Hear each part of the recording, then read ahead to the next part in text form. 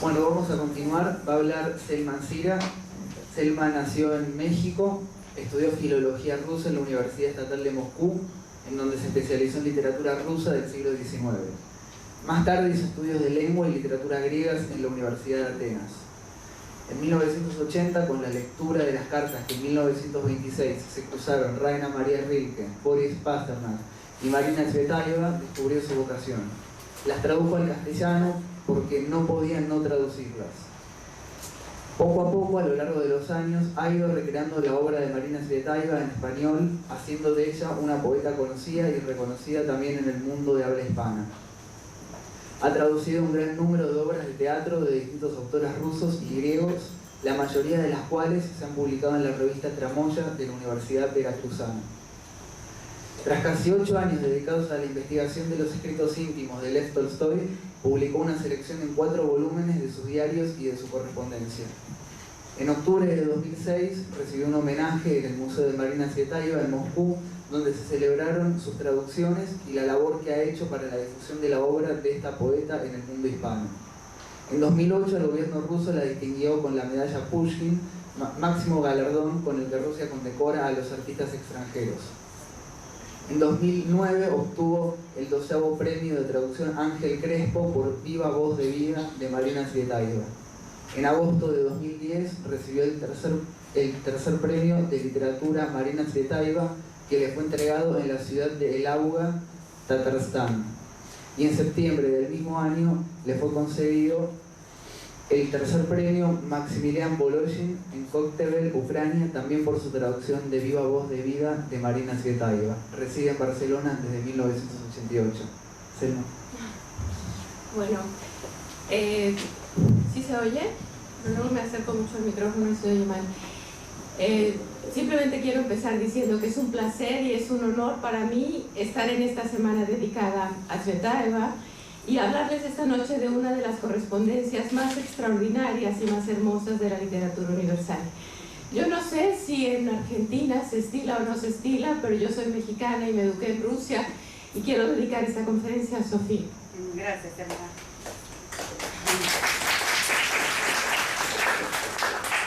Este epistolario entre Rainer Maria Rilke, Boris Pasternak y Marina Tsvetaeva es muy especial. Como acaban de oír, son 3 los protagonistas. Son 3 poetas que parecen compartir un mismo secreto. Son conjurados, cómplices. Cada uno de los interlocutores ve en el otro a un poeta muy próximo a él en espíritu e igual en fuerza. Se intercambian cartas escritas en una bella prosa poética lírica. Es un epistolario en el que se establece un diálogo entre iguales y en el que los poetas se comunican no solo a través de sus cartas, sino también por medio de sus versos. En esta correspondencia presenciamos algo parecido a un milagro, el milagro de la sintonía espiritual entre 3 almas que nacieron poetas. Descubrir estas cartas fue para mí todo un acontecimiento. Ellas me desvelaron un mundo prodigioso, un universo de belleza y poesía después del cual ya nunca volví a ser la misma. Estas cartas que hoy quiero compartir con ustedes fueron en pocas palabras las que decidieron mi destino. Pero antes de entrar en materia, me gustaría presentarles brevemente a los 3 protagonistas en el momento en que comienzan a cruzarse las cartas. Rainer Maria Rilke, en 1926, es ya un poeta reconocido a nivel mundial.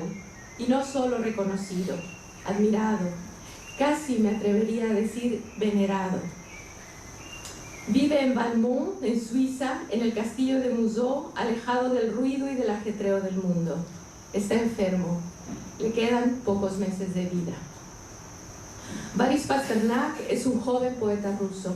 Aún no es el célebre autor del Doctor Zhivago, pero ya ha publicado su poesía en Rusia y también, aunque no demasiada, en el extranjero.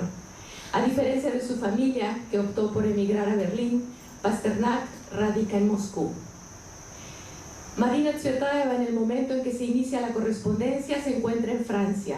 En 1922, tras unos años terribles en la Unión Soviética, emigra más por cuestiones personales que políticas.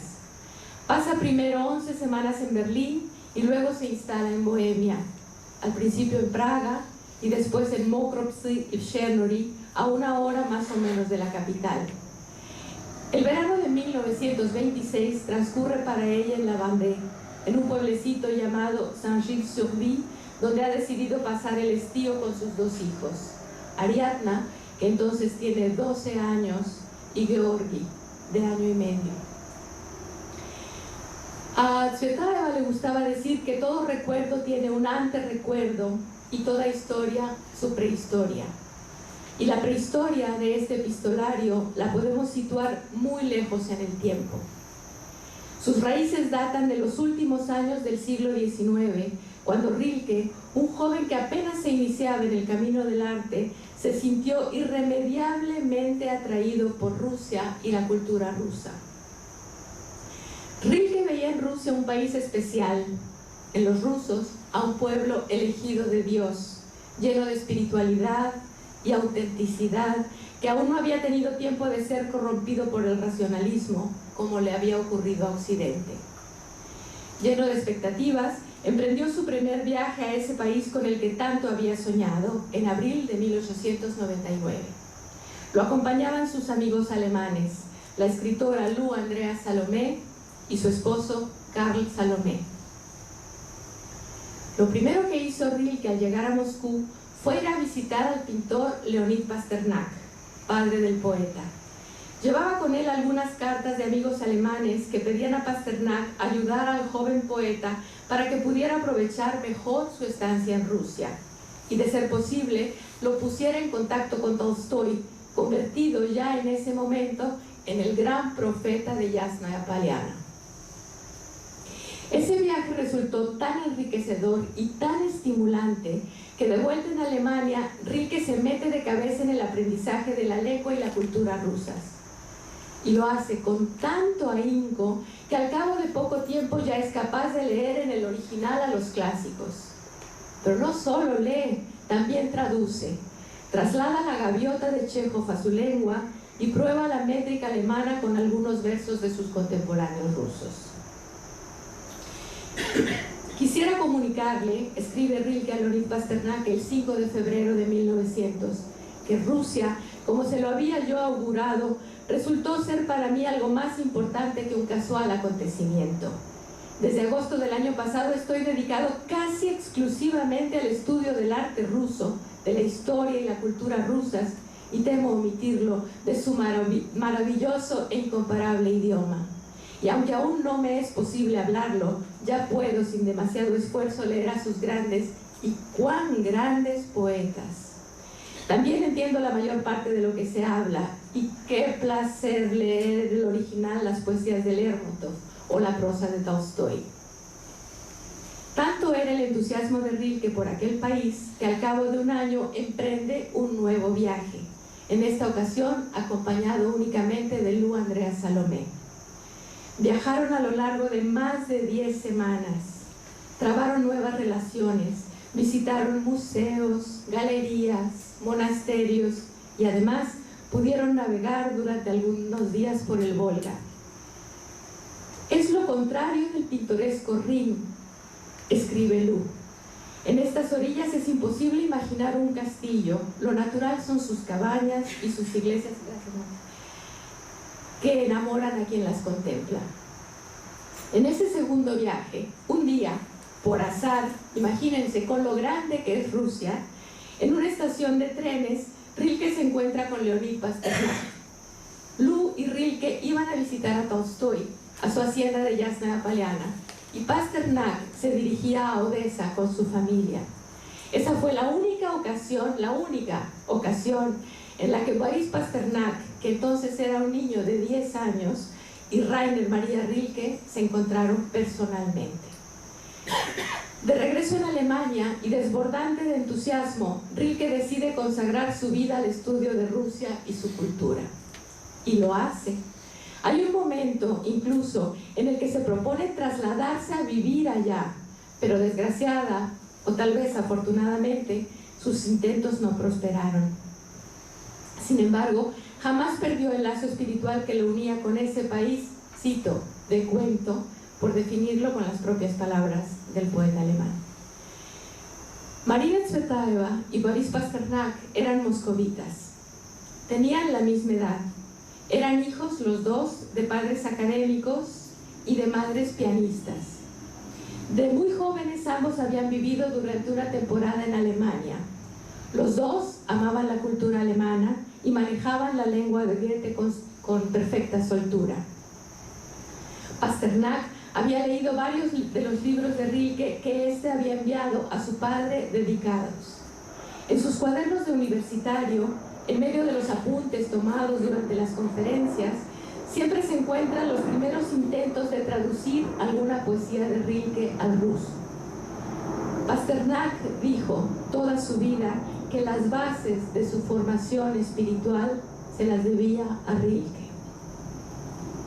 Para Tsvetaeva, Rilke era un contrapeso a la falta de espiritualidad de su tiempo. Cito: Rilke no es ni encargo ni demostración de nuestro tiempo, es su contrapeso. La guerra, las matanzas, la desgarrada carne del desacuerdo y Rilke. Por Rilke, nuestro tiempo le será perdonado al mundo. Para cuando se inicia esta correspondencia, Tsvetaeva y Pasternak se conocían solo de vista. En Rusia no hubo entre ellos más que, cito, 3 o 4 encuentros fugaces. Pero se admiraban. La primera vez que Pasternak la leyó, mi boca lanzó un grito maravillado entre el abismo de pureza y fuerza que se abría ante mí. Y Tsvetaeva por su parte exclamaba: usted es el único de quien puedo llamarme contemporánea, y feliz, y en voz muy alta lo hago.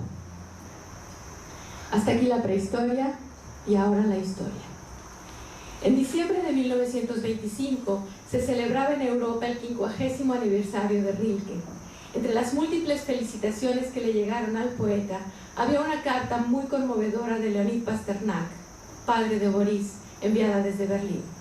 Empezaba así: venerado y querido señor Rainer Maria Rilke, ¿acaso no sea un sueño y yo, Leonid Pasternak de Moscú, espero aún recuerde usted mi nombre, pueda tener la alegría de felicitar por su 50º aniversario a mi antiguo y querido corresponsal, ahora celebridad europea, abrazarlo y desearle de todo corazón felicidad?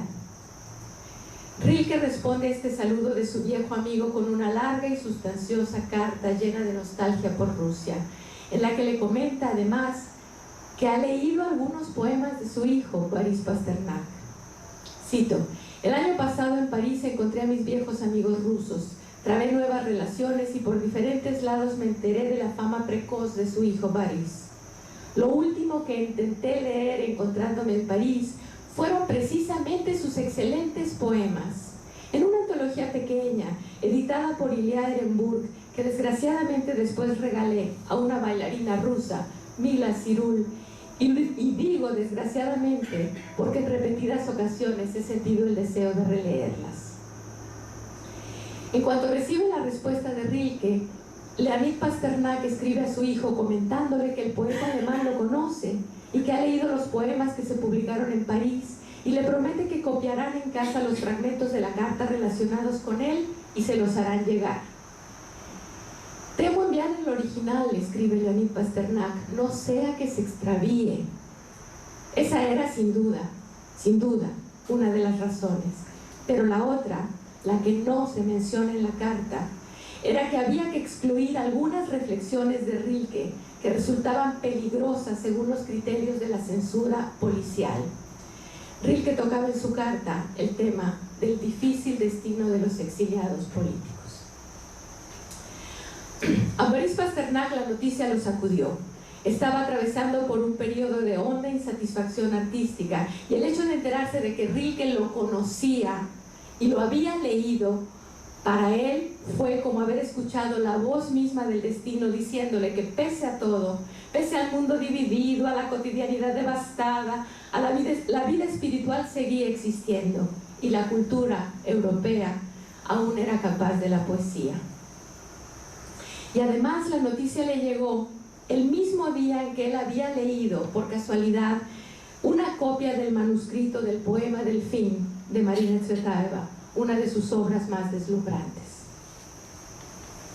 Cito: ¿cómo me acuerdo de ese día? Mi mujer no estaba en casa. En la habitación de la entrada la mesa se había quedado sin recoger desde la mañana y ahí estaba yo, pensativo, hurgando entre las papas fritas de la sartén, mientras más allá de la ventana, reteniendo la caída y como dudando de alguna cosa, planeaban ralos y contados copos de nieve. En ese momento llamaron a la puerta. Abrí. Me entregaron una carta que venía del extranjero. Era de mi padre y me sumergí en la lectura. La mañana de ese día había leído por primera vez el poema Delfín. Me llegó casualmente en una de esas copias manuscritas que circulaban entonces por Moscú, sin sospechar cuánto significaba para mí su autor y cuántas noticias habían ido y venido entre nosotros y cuántas se encontraban aún en el camino. Yo no conocía ese poema. Así, después de haberlo leído por la mañana, estaba aún como obnubilado a causa de su estremecedora fuerza dramática. Al leer, emocionado, la noticia que me daba mi padre, me retiré bruscamente y me levanté. Fue el segundo sacudimiento del día. Me acerqué a la ventana y lloré. No me hubiese sorprendido más si me hubieran dicho que alguien leía mis versos en el cielo. Termina la cita. Mientras esperan los prometidos fragmentos de la carta de Rilke, Pasternak vuelca en Tsvetaeva un torrente de cartas desbordantes de entusiasmo. Su estado anímico había cambiado. Escribe: ahora estoy como un chiflado. Alrededor todos son astillas, pero en el mundo hay una cosa que me es querida y afín. ¿Y qué cosa? Pero la ansiada carta se hace esperar. Antes de ser enviada a Rusia, recorre distintas ciudades alemanas para que todos los miembros de la familia Pasternak pudieran tener la oportunidad de participar de la buena nueva. ¿Pero dónde está el Rilke que me han prometido? ¿Les parece bien?, escribe un Boris Pasternak desesperado a su padre en el 29 de marzo. Por fin, el 3 de abril llega el tan anhelado sobre y Pasternak escribe a Rilke su primera carta, larga, arrebatada y llena de inspiración. Empieza así: grandioso y adorado poeta, no sé dónde terminaría esta carta, ni de qué modo se diferenciaría de la vida si liberase yo todos los sentimientos de amor, admiración y agradecimiento que siento por usted desde hace ya 2 décadas. A usted debo los rasgos fundamentales de mi carácter, toda la estructura de mi existencia espiritual. Todo es creación suya. Me dirijo a usted con las palabras que suelen utilizarse para hablar de lo ocurrido en el pasado lejano, que en el futuro se considera el manantial del presente, como si brotara de ahí. Estoy loco de felicidad de saber que usted me conoce como poeta. Me resulta tan increíble como si se tratara de Pushkin o de Esquilo. La noticia ha causado en mi alma un efecto similar al de un cortocircuito. En esa misma carta, Pasternak le habla a Rilke de Marina Tsvetaeva. Una poeta nata, escribe Pasternak, alguien que escribe como ya ningún poeta soviético es capaz de escribir.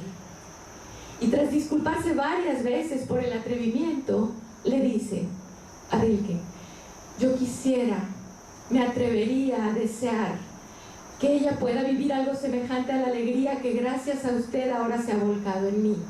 Me imagino lo que significaría para ella un libro dedicado por usted, quizás las elegías de Duino, y le pide que se lo envíe a ella, a Francia, junto con la respuesta a su carta. ¿Por qué a Francia? En ese momento las relaciones postales entre Rusia y Suiza eran inexistentes, pero entre Francia y Rusia el correo funcionaba con normalidad, de manera que Tsvetaeva podría sin mayor dificultad hacerle llegar la carta de Rilke.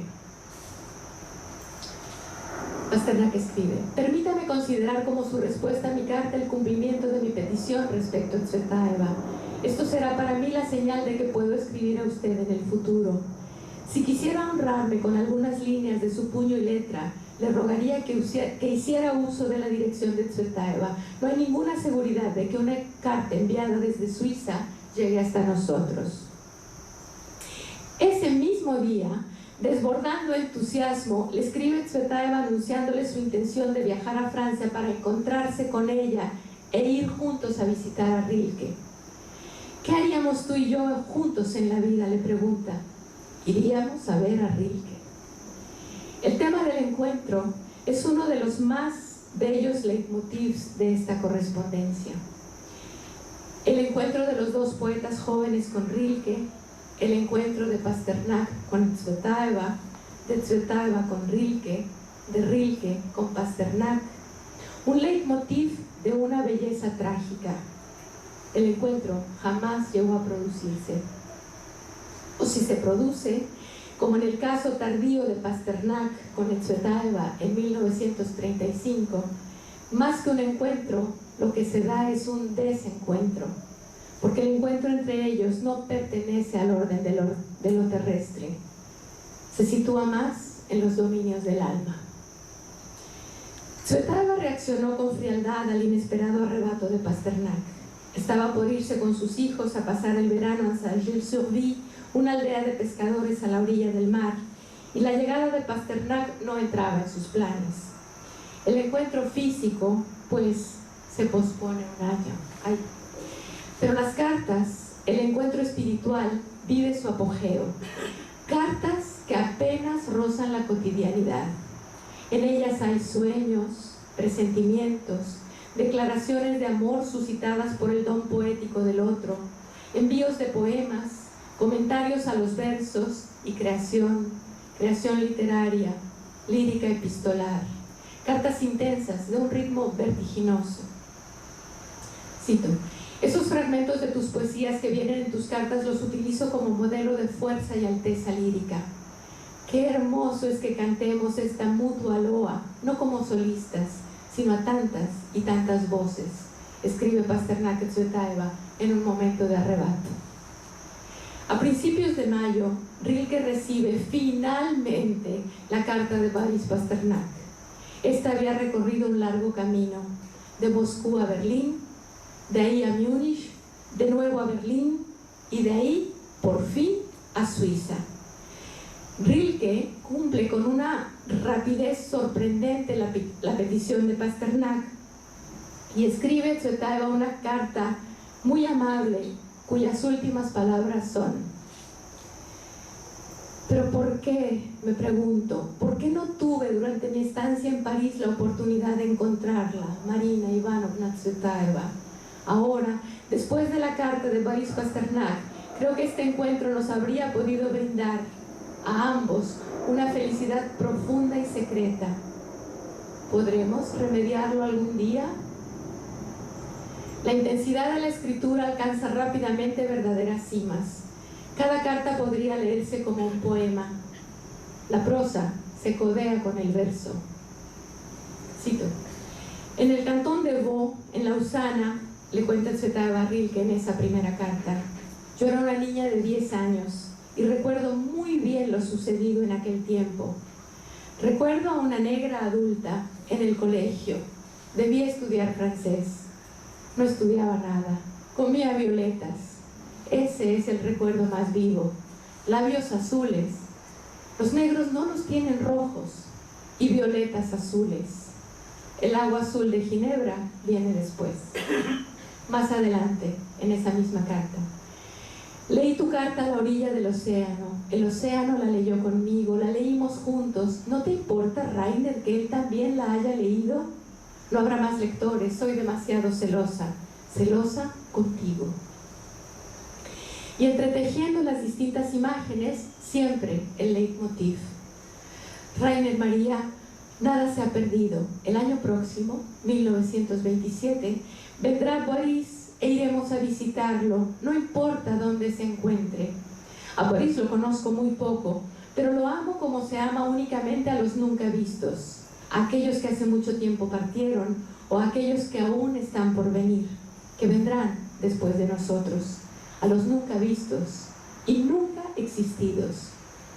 Suiza no deja entrar a los rusos, pero las montañas habrán de desgajarse para que Boris y yo podamos llegar a ti. Por las las estampillas sabemos que esta carta fue enviada el 8 de mayo. Sin embargo, Marina, decidida a vencer el tiempo y el espacio que la separaba de Rilke, le pone fecha 10 de mayo. Las primeras líneas de la carta de respuesta de Rilke comprueban que esta idea fue comprendida al vuelo. Cito: Marina Tsvetaeva, ¿acaso no hace apenas un segundo que estuvo usted aquí? ¿O dónde estaba yo?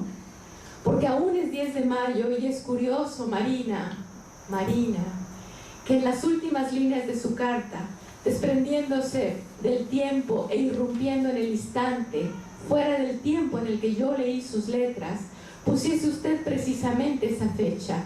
Usted considera haber recibido mis libros el 10, abriendo la puerta, como pasando la página. Pero este mismo día, el día 10, el eterno hoy del espíritu, te he acogido, Marina, con toda el alma, con toda mi conciencia conmovida por ti, por tu aparición, como si el océano que leía a tu lado se hubiese volcado sobre ti con el diluvio de tu corazón. Abrí el atlas. Para mí la geografía no es una ciencia, son relaciones que me apresuro a aprovechar. Y he aquí, Marina, que ya te tengo señalada en mi mapa interior. En algún lugar, entre Toledo y Moscú, he creado un espacio para el embate de tu océano. En 1903, cuando yo frecuentaba a Rodin, tú eras todavía una niña pequeñita, a la que pronto iré a buscar a Lausana. Ah, será más fácil el encuentro con la negra, la que se puede seducir con violetas.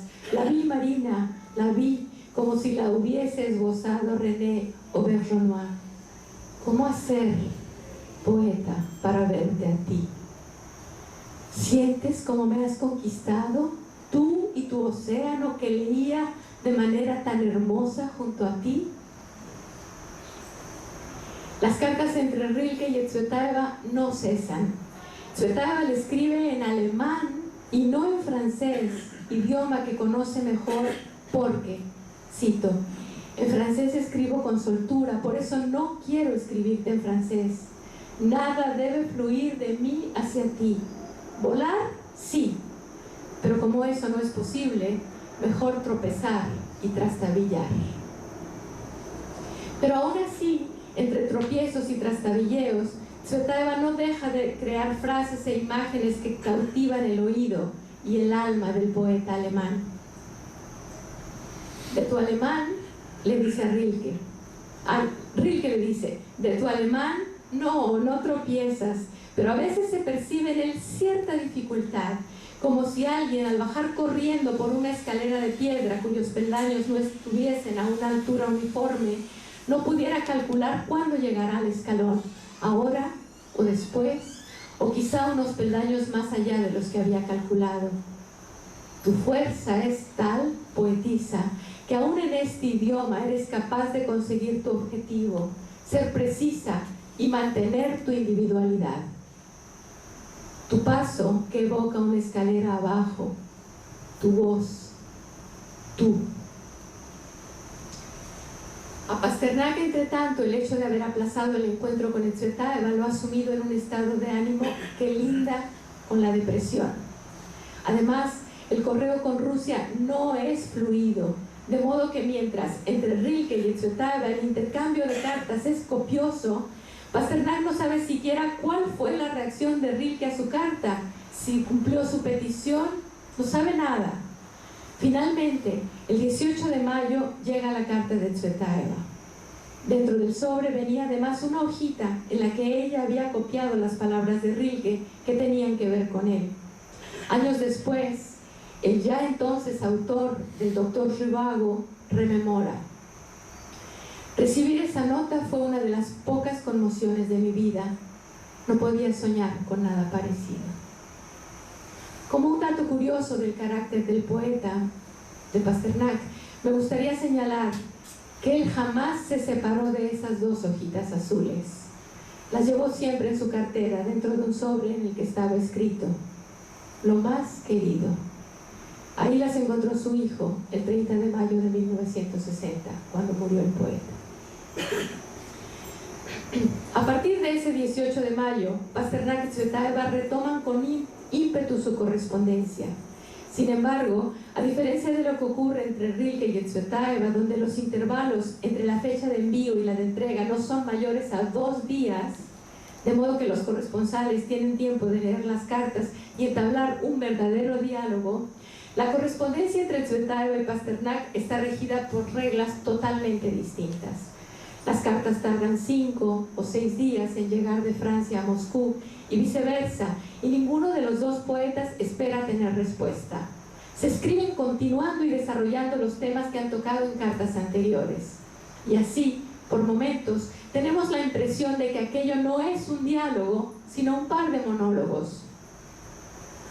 El de Pasternak, sobre el arte y sus derroteros, la soledad del artista, la condena del hombre que se expresa mediante el arte, y Rilke, siempre Rilke. El de Tsvetaeva, sobre todo en torno al océano que no ha logrado conquistar su amor, a su no amor por el mar y sus deseos de descubrir el mar de él, el mar de Pasternak, el de sus poemas, el primer mar de la literatura rusa, es decir, el de Pushkin. Y Rilke, siempre Rilke. He elegido, para darles una idea de lo que pueden llegar a ser estos hermosos monólogos, la carta que Tsvetaeva escribe a Pasternak el 23 de mayo, y no voy a permitir leerla. Saint-Gilles, 23 de mayo de 1926, domingo. Alia se fue a la feria, Mursik duerme. Quien no duerme está en la feria, quien no está en la feria, duerme. Únicamente yo no estoy en la feria ni duermo. La soledad agudizada por el individualismo. Para sentirme no durmiente es necesario que todos duerman. Boris, no te escribo las cartas que quisiera. Las verdaderas no rozan siquiera el papel. Hoy, por ejemplo, empujando durante 2 horas el cochecito de Mursik por un desconocido camino. Caminos, dando vueltas al azar, reconociéndolo todo, deleitándome de estar por fin en tierra firme. La arena, Boris, es mar, acariciando de paso unos florecientes arbustos espinosos, como acaricias a un perro ajeno sin llegar a detenerte. Hoy, Boris, hablé contigo ininterrumpidamente. En ti hablaba, me regocijaba, respiraba. Por momentos, cuando te quedabas demasiado pensativo, tomaba entre mis 2 manos tu cabeza y la volvía. Mira, no creas que era bello. La Vendée era pobre, estaba exenta de toda heroica exterior, arbustos, arenas, cruces, tartanas llevadas por borricos, viñedos marchitos, y el día era gris, coloración del sueño. No había viento, pero había una sensación de Pentecostés ajeno, ternura por los niños en las tartanas borriqueñas, las niñas con sus vestidos largos, serias, con sombreros, precisamente anticuados, como en los tiempos absurdos de mi infancia. Fondo cuadrado y lazos laterales. Las niñas tan parecidas a las abuelas y las abuelas a las niñas. Boris, no vivo hacia el pasado y a nadie le impongo ni mis 6 ni mis 16 años. ¿Por qué entonces me siento tan atraída por tu infancia? ¿Por qué me atrae atraerte a la mía? La infancia, el lugar donde todo se quedó así y ahí. Estoy contigo ahora, en la Vendée, en mayo de 1926. Juego continuamente un juego.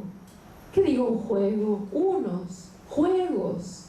Recojo conchitas contigo, hago crujir los frutos de un grosellero verde, como mis ojos. La comparación no es mía. Salgo corriendo para ver si Vi ha bajado o subido, pleamar o bajamar.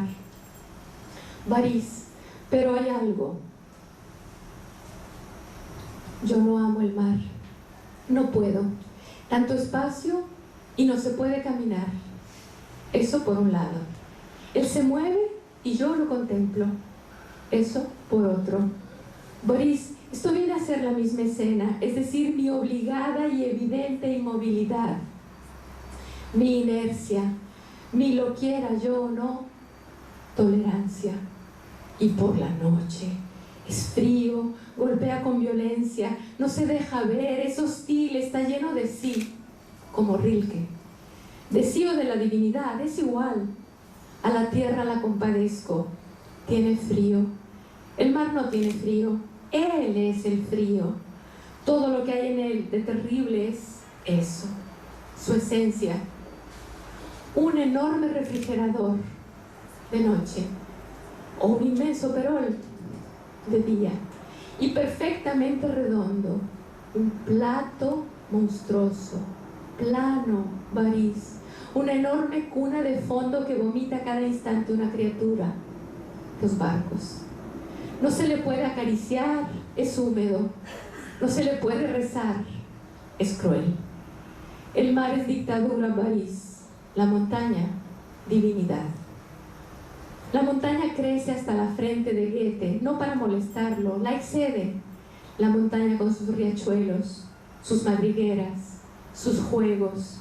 La montaña es, ante todo, mis piernas, variz, mi valor exacto. La montaña es... Y aquí un gran guión, Boris, complétalo tú, con un profundo suspiro. Y de todos modos no me arrepiento. Todo acaba por cansarnos, solo tú lo consigues. Un verso de Pasternak. Con estos versos tuyos, en busca de estos versos tuyos, he venido aquí. ¿Y qué? Aquello con lo que vine y por lo que vine es tu poesía, es decir, la transfiguración del objeto. Fui una necia al pensar que con mis ojos podía ver tu mar, que no está a la vista, que está más allá de la vista, al margen de la vista.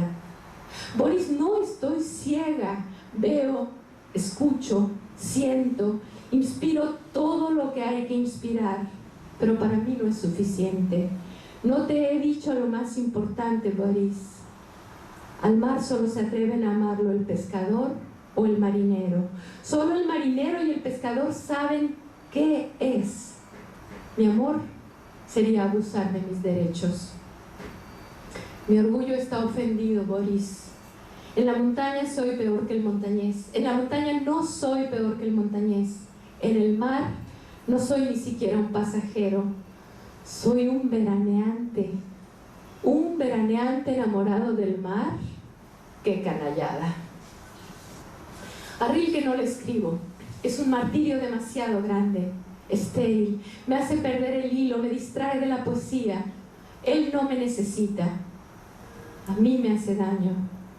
No soy menos grande que él en el futuro, pero soy más joven.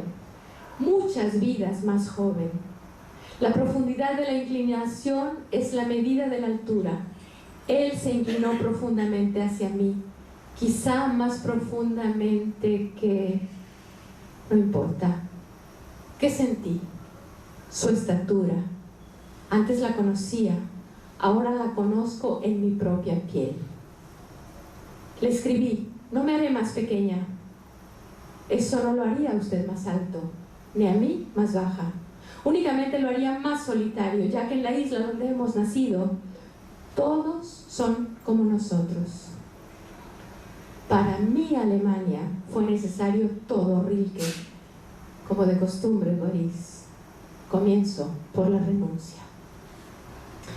Oh, Boris, Boris, cura, lame la herida, dime por qué, demuéstrame que todo está bien. No la lamas, Boris, quema la herida. Te amo. La feria, las tartanas con los borricos, Rilke, todo es para ti, todo va a ti, a tu inmenso río. No quiero mar. Te extraño tanto como si te hubiera visto ayer. Marina.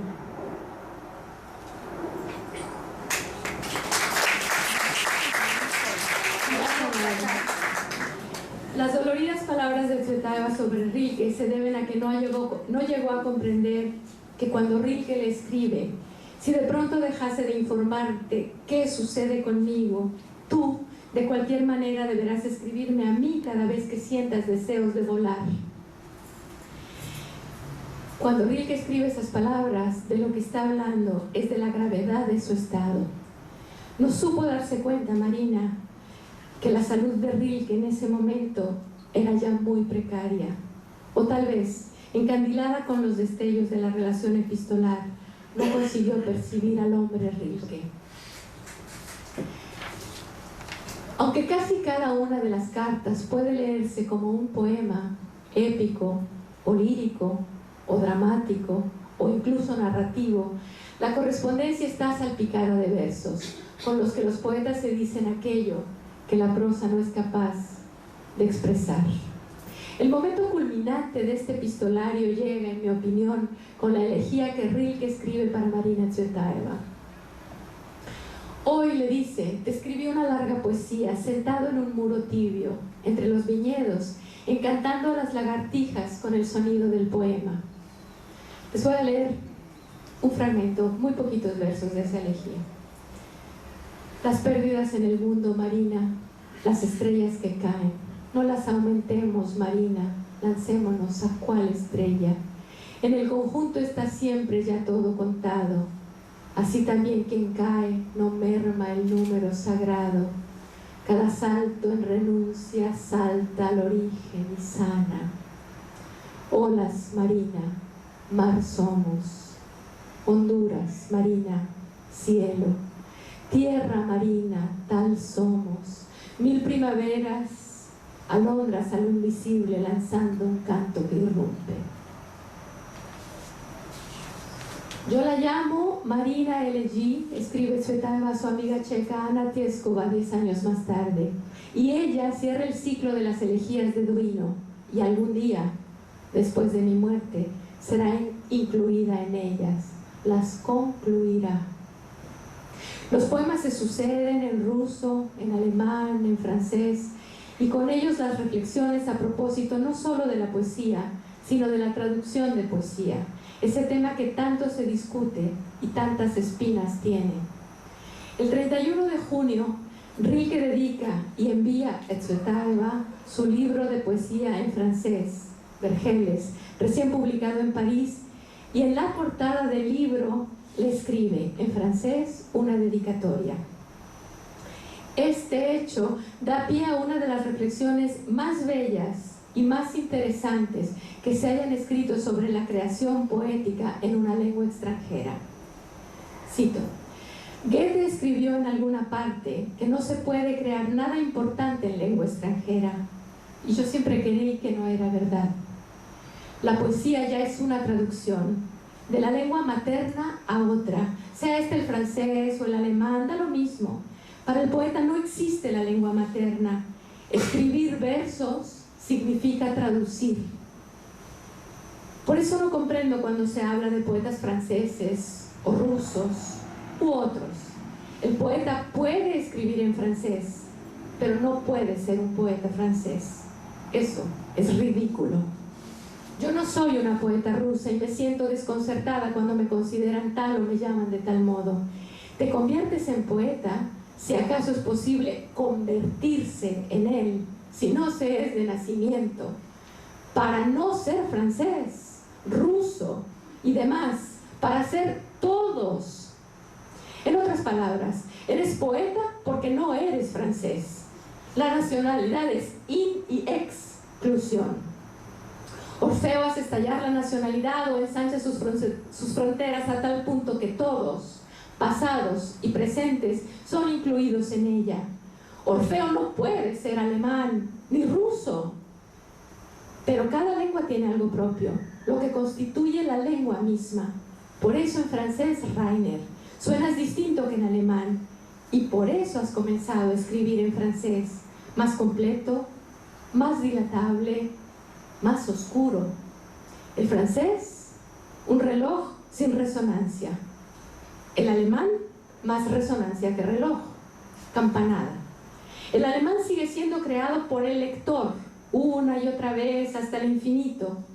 El francés ya ha sido creado. El alemán aparece. El francés está. Una lengua desagradecida para los poetas. Por eso has comenzado a escribir en ella. Una lengua casi imposible. La correspondencia A3 poco a poco se dirige hacia un callejón sin salida. Rilke comienza a espaciar sus cartas, quizá debido a su enfermedad, quizá asustado o incomodado por la pretensión de Marina de ser para él su única Rusia, y muy molesto, y eso sí lo sabemos de cierto, por la intencionada exclusión de Pasternak por parte de Tsvetaeva de la relación epistolar entre los tres. Aunque más espaciadas, las cartas no pierden sus alas. Sigue sorprendiendo el arrebato con que se tratan los temas que vertebran el epistolario. El alma, los versos, la soledad del artista, los sueños como arquetipo de un mundo diferente, no material, en el que viven y se comunican las almas entre sí. La comunicación en sueños y el encuentro, siempre el encuentro. Si alguien nos soñara juntos, nos encontraríamos, le asevera Tsvetaeva a Rilke. Y también, Rainer, este invierno debemos encontrarnos en algún lugar de la Saboya francesa, cerca de Suiza, ahí donde nunca hayas estado todavía. ¿Existe ese nunca? Lo dudo. En un pueblecito, Rainer, quizá en otoño, Rainer, o en primavera. Dime sí, para que a partir de ese momento también yo tenga una alegría que aguardar. ¿Resguardar? El encuentro entre ellos, tema recurrente de todo el epistolario, ya lo dije al principio, no llegó a materializarse. Rilke murió en diciembre de ese mismo año. París, murió Rainer María Rilke. Ignoro la fecha, hará 3 días. Llegaron a invitarme al Año Nuevo y me dieron la noticia. París, ya nunca iremos a visitar a Rilke. Ese lugar no existe más. Esta noticia significaba para ambos el naufragio de su mundo espiritual, el fin de sus mejores proyectos y esperanzas. Pero no significó el fin de la correspondencia. Tsvetaeva intenta conjurar la muerte con una carta póstuma, una especie de requiem, donde una vez más afloran, ahora ya desde una óptica distinta, los temas que habían compuesto la urdimbre y la trama del epistolario: el sueño, el encuentro en algún lugar del universo, la cifra predilecta de Rilke, el 7, la lengua predilecta de Rilke, el ruso, y la carta como una forma de comunicación que no se rige por las leyes de este mundo, entre otros. ¿El año termina con tu muerte? ¿Es el final? No, es el principio. Tú eres el año nuevo. Amado, lo sé, me lees antes de que escriba. Rainer, estoy llorando y eres tú quien se derrama por mis ojos. Querido, si has muerto, es que no existe la muerte o la vida. ¿Qué más da? ¿Un pueblecito en Saboya? ¿Cuándo? ¿Dónde? Rainer, y nuestro nido para el sueño. Ahora sabes ruso y sabes que Nest es Gniezdo. No quiero releer tus cartas porque querré ir a alcanzarte, querré ir allá y no me atrevo a querer. Tú sabes lo que está unido a este querer. Rainer, te siento constantemente detrás de mi hombro derecho. ¿Alguna vez pensaste en mí? Sí, sí, sí.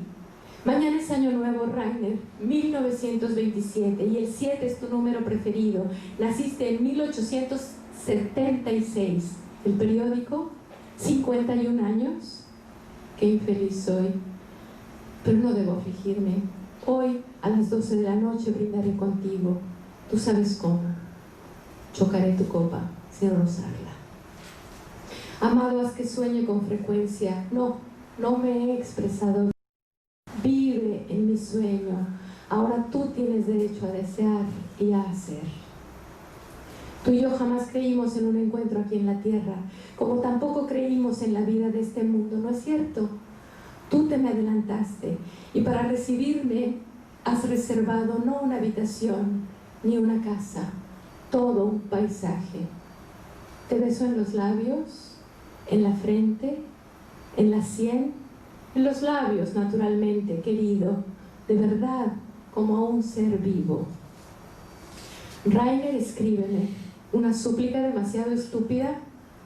Feliz año nuevo, Rainer, y un bello paisaje celestial. Marina. Y a Boris Pasternak, escribe.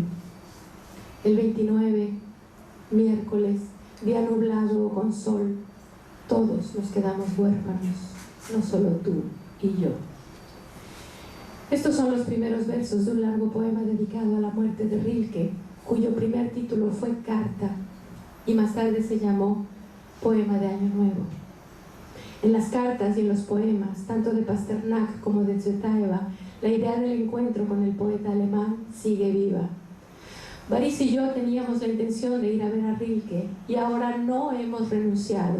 El camino a su tumba no se cubrirá de hierba. No seremos ni los primeros ni los últimos. Quisiera terminar mi charla con unas palabras de Marina Tsvetaeva sobre lo que para ella es una carta, ya que su herencia epistolar es una parte indisoluble de su herencia literaria. La carta, dice la poeta, es una forma de comunicación fuera de este mundo, menos perfecta que el sueño, pero sujeta a las mismas leyes. Ni la carta ni el sueño se dan por encargo. Se sueña y se escribe no cuando nosotros queremos, sino cuando ellos quieren. La carta ser escrita y el sueño ser soñado. Muchas gracias.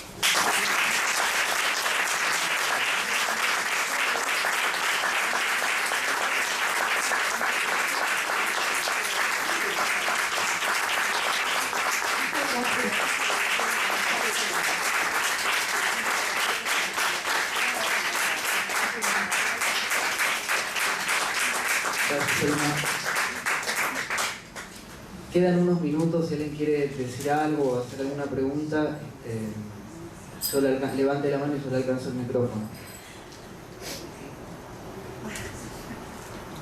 Maxi.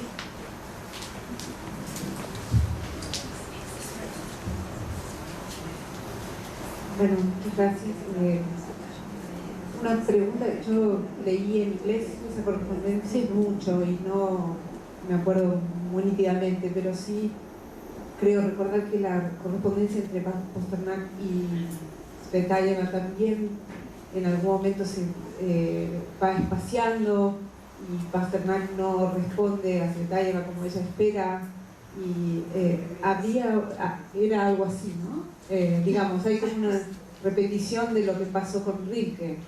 Bueno, por las circunstancias, ¿no? Porque Tsvetaeva está en París, en las afueras de París, y Pasternak está siempre en Rusia. Entonces, así como en 1926 no había problemas para que las cartas llegaran de Francia a Rusia, poco a poco, con el crecimiento de la Unión Soviética, las cosas no son así. Entonces, la fuerza de las circunstancias hace que las cartas se espacien. Sin embargo, cuando Pasternak va a París, se encuentran.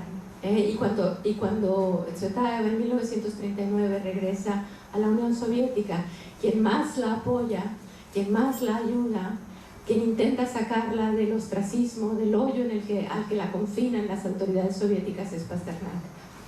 Es evidente, es claro para todos los que leen o saben un poco de esto, que entre ellos hubo realmente una amistad muy valiosa y muy profunda. ¿Sí? ¿Hay alguna otra pregunta? Sí. Resulta angustiante pensar de ella. No lo oigo porque están los coches aquí muy cerquita. Si puede hablar un poquito más alto.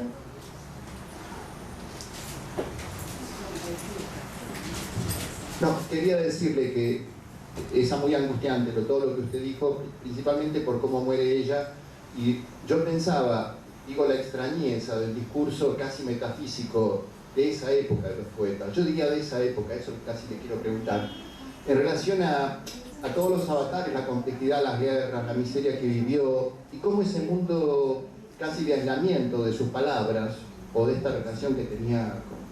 Ella misma da respuesta a todo esto cuando en 1937 la llama la policía francesa a declarar por el crimen. de Ignati Reis, en el que estuvo implicado su marido contra el hijo de Trotsky. Tsvetaeva parece una estúpida, porque realmente la están interrogando los policías franceses y lo único que ella sabe decir es que ella no sabe nada, ella no se mezcló nunca en política.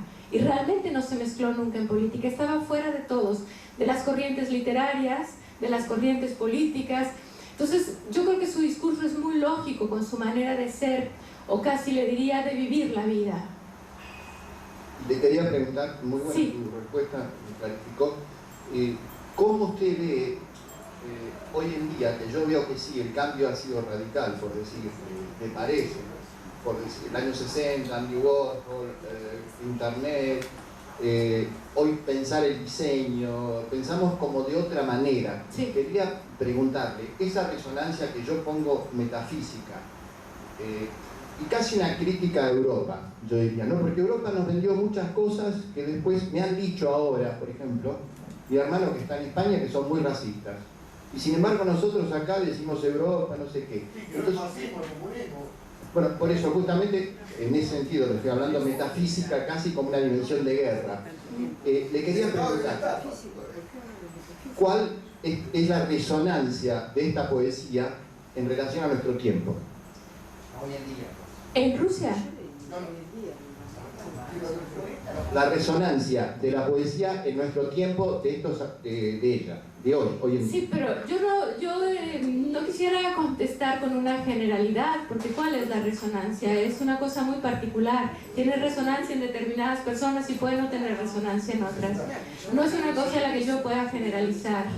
Y tiene resonancia en un país en donde se haya traducido mejor que en otro, a donde la gente no tiene acceso a su poesía porque las traducciones sean deficientes. No le puedo contestar con una generalidad, lo siento. Sí. ¿Hay alguien más que quiera comentar algo? Sí, es impresionante cuando dice que la lengua propia es ya una traducción. Sí. O sea, que todo es un efecto de traducción. Sí. Lo que complicaría mucho el intento del esperanto, en el sentido que también habla de otro pentecostés. O sea, es como que ahora hay una intención, inconsciente o no, de hacer un esperanto universal, donde todos digan lo mismo, donde la traducción sea como un acuerdo que no tenga nada que ver con los textos. O sea, y eso se ve también en las cartas, en el sentido que ella le habla a cada uno.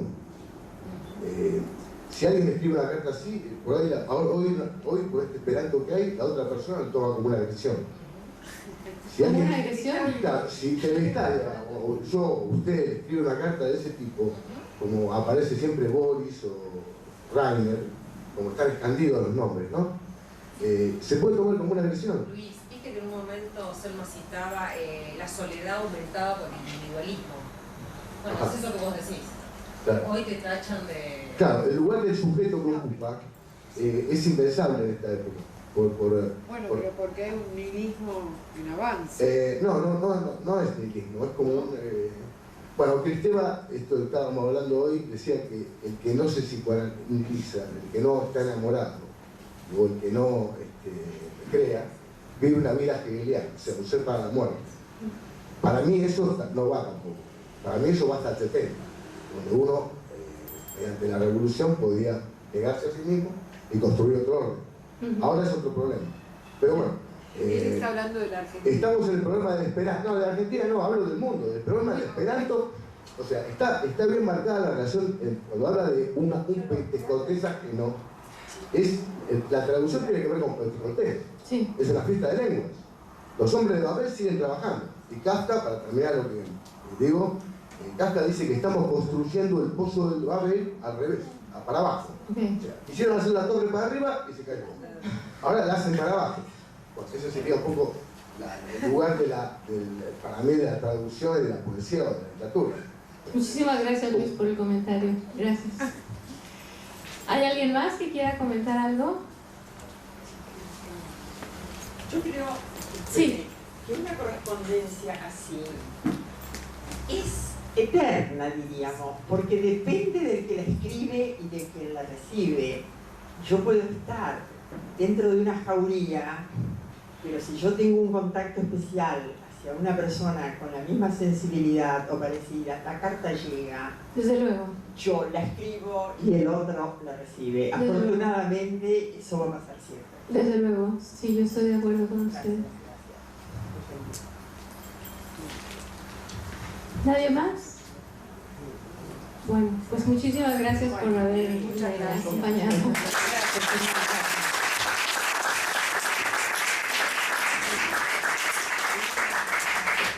Bueno, terminamos por hoy y los esperamos mañana. Les quiero agradecer a todos los que hablaron hoy. Claudia, que no sé, Liliana, Roberto, gracias por venir desde tan lejos. Y mañana los esperamos a las 7 para el recital de Selma y Elena. Así que bueno, gracias.